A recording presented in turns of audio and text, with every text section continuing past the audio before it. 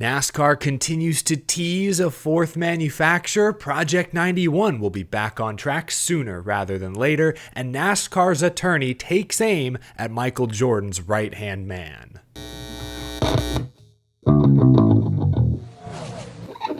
How's it going, y'all? My name is Eric. Welcome to Out of the Groove. I've been watching Race Industry Week 2024 on the Racer YouTube channel. I mentioned this yesterday, didn't have time for it in yesterday's video, but NASCAR President Steve Phelps did a short interview. And in this interview, he talked about the Chicago street race. This quote was interesting. He said, "Chicago, financially, we'll just say is a difficult race for us. It costs $50 million to put that race on, and we unfortunately did not sell $50 million worth of tickets and sponsorship. Was it a smart decision for us? I believe it was. I think it helped us with both Amazon and Warner Brothers Discovery coming on board, and we heard from both their CEOs that this was the case." I wanted to highlight that quote because earlier this week on the show, we discussed cost cutting. And yes, the stock car industry has trimmed itself down dramatically, especially post-pandemic. That is true. Shortened race weekends, for example, are not very popular amongst fans. But I gave NASCAR some credit on Monday, and I'll give them credit again. It's not all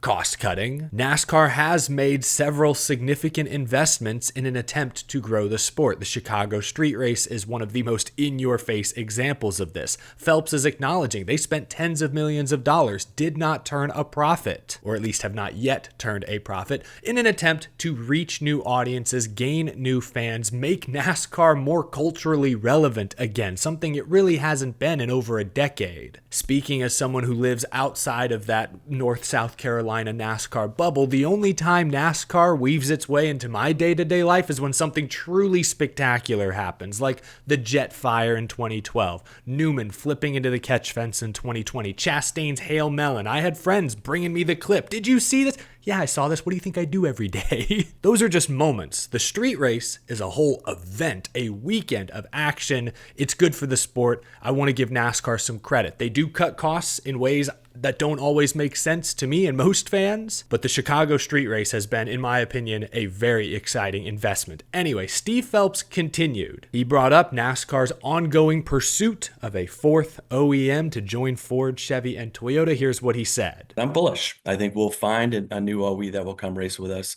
in, I'll call, short to, midterm. Stop me if you've heard that one before. It's kind of a meme at this point. Once again, a vague quote, still uncertain. I mean, just be honest with us. The automotive industry, as I understand it, is very uncertain at the moment. I mean, shoot, Chevrolet discontinued the Camaro, but are still going to race zombie Camaros in Cup next year. If a new company is going to enter the sport, they have to go all in. They can't half-ass it. The last thing Honda, for example, wants to see is their little Accord getting embarrassed by a Camry every Sunday. Again, NASCAR is not the most culturally relevant motorsport series in the world right now. Formula One is. That's why General Motors clamoring to start a new team over there. NASCAR is still big. It still has its place. It still has its appeal. It is attractive to sponsors and manufacturers, but it has to be the exact right fit. And I just don't think that exact right fit, all the pieces haven't fallen perfectly into place. But as I've said all along, the success, in my opinion, of the next-gen car hinges on NASCAR's ability to attract a fourth manufacturer. If we're still in this same position 2-3 years from now, we might get a fourth manufacturer. We're close. The next gen is a failure, or at least it would have failed at one of the key goals it set out to achieve. That's just my opinion, but there's still time. Hopefully Steve is right, and a fourth manufacturer is close to joining NASCAR in the, what did he say, the short to midterm? That could mean literally anything. What does that mean? So vague. Anyway, a special shout out to SpeedSportRacer.com. Race Industry Week has featured a ton of interesting speakers, great off-season content. Justin Marks, owner of Trackhouse Racing, was on recently and discussed Project91's future, saying, quote, "Project91 is certainly not dead. I would expect to see that on the racetrack sooner rather than later." Ooh, the 91 Chevy has been raced by Shane Van Gisbergen, most notably Formula One champion Kimi Räikkönen. But that was back in 2023. If I'm not mistaken, the 91 did not race in 2024, so it's been a while. Encouraging though to hear Justin Marks say that. It's exciting to speculate on who the next Project 91 driver could be. I don't think it's going to be Max Verstappen, but Trackhouse is certainly shooting their shot. Daniel Suarez is friends with Max Verstappen. In fact, are they like brother-in-law now? I'm not exactly sure their relation. They're close. And Suarez posted on Instagram recently a congratulations to Max for locking up the Formula One title. And immediately in the replies are both the Project 91 and Trackhouse Instagram accounts. So they're trying.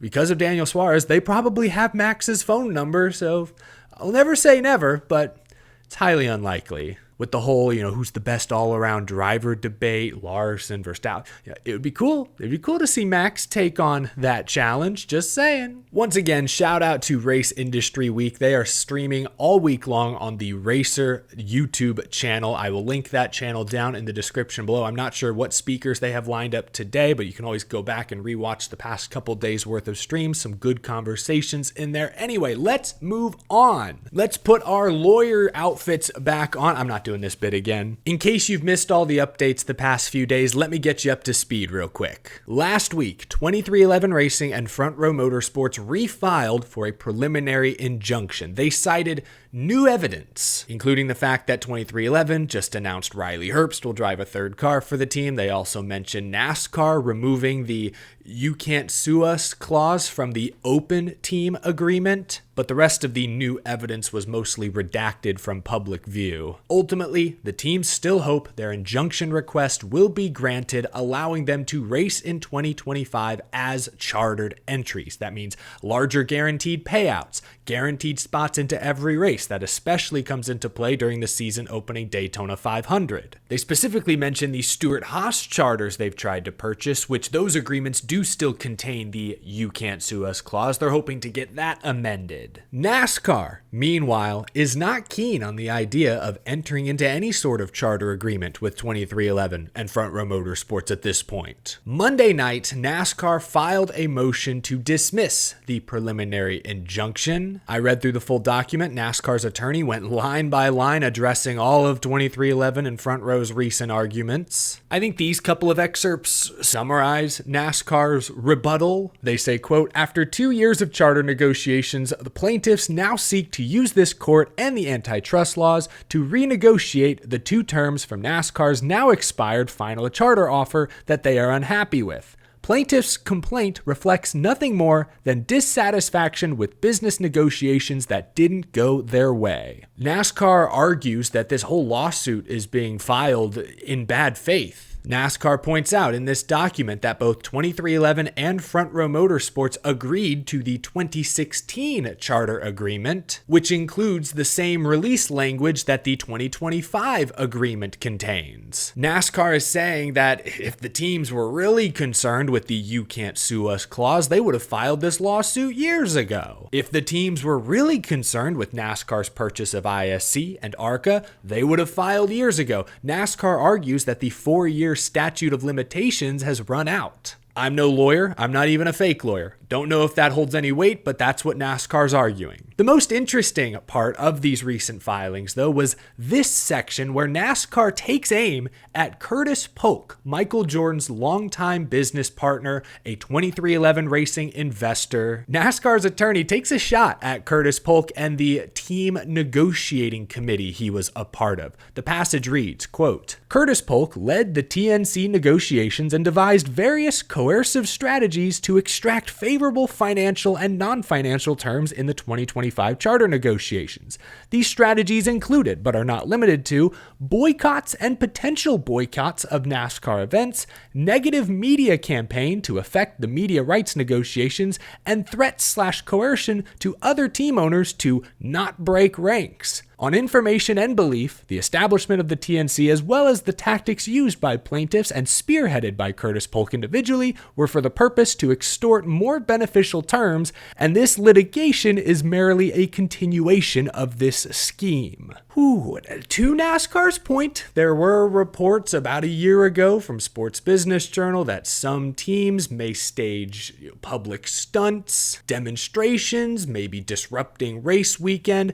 Good chance that Adam Stern got those rumblings from 2311 Racing. We also know that on Southern 500 race day in September, Curtis Polk was at the track wearing a t-shirt with a piece of paper taped to it that read, "Please do not ask me about my charter. I don't want to disparage NASCAR and lose it." Clearly antagonizing NASCAR. NASCAR's attorney actually argues in this document that Curtis Polk may have committed some form of antitrust violations himself. The above referenced agreement and conduct by plaintiffs and Curtis Polk regarding joint negotiating likely constitute a per se violation of the antitrust laws, which prohibit competitors from agreeing to eliminate competition between them and instead jointly negotiate with a buyer. Again, I'm no legal expert, have no idea if that argument holds any weight, but I found it interesting. It's clear to me that NASCAR views Curtis Polk, again, Michael Jordan's longtime business partner, as a primary antagonist. One final short passage I want to read. Towards the end of NASCAR's filing, they actually argue that they are the opposite of a monopoly. They argue that they're pro-competition. NASCAR says, quote, "Defendants," that's NASCAR's, "conduct is based on pro-competitive business rationale and has led to an expansion of the sport, which has in turn led to increased payments to teams racing in the NASCAR Cup Series." NASCAR also said in this document that they aren't going to approve the charter transactions between Stewart-Haas and 2311 Front Row, so what happens next there is extremely unclear. Really, I read through all the highlights. I got everyone up to speed. That is all to say now that we're still in the same place. We're still waiting to find out if the team's injunction request will be granted. If the judge does grant it, then yay, 2311 and Front Row can race next year as chartered teams. Unclear if they would then be allowed to purchase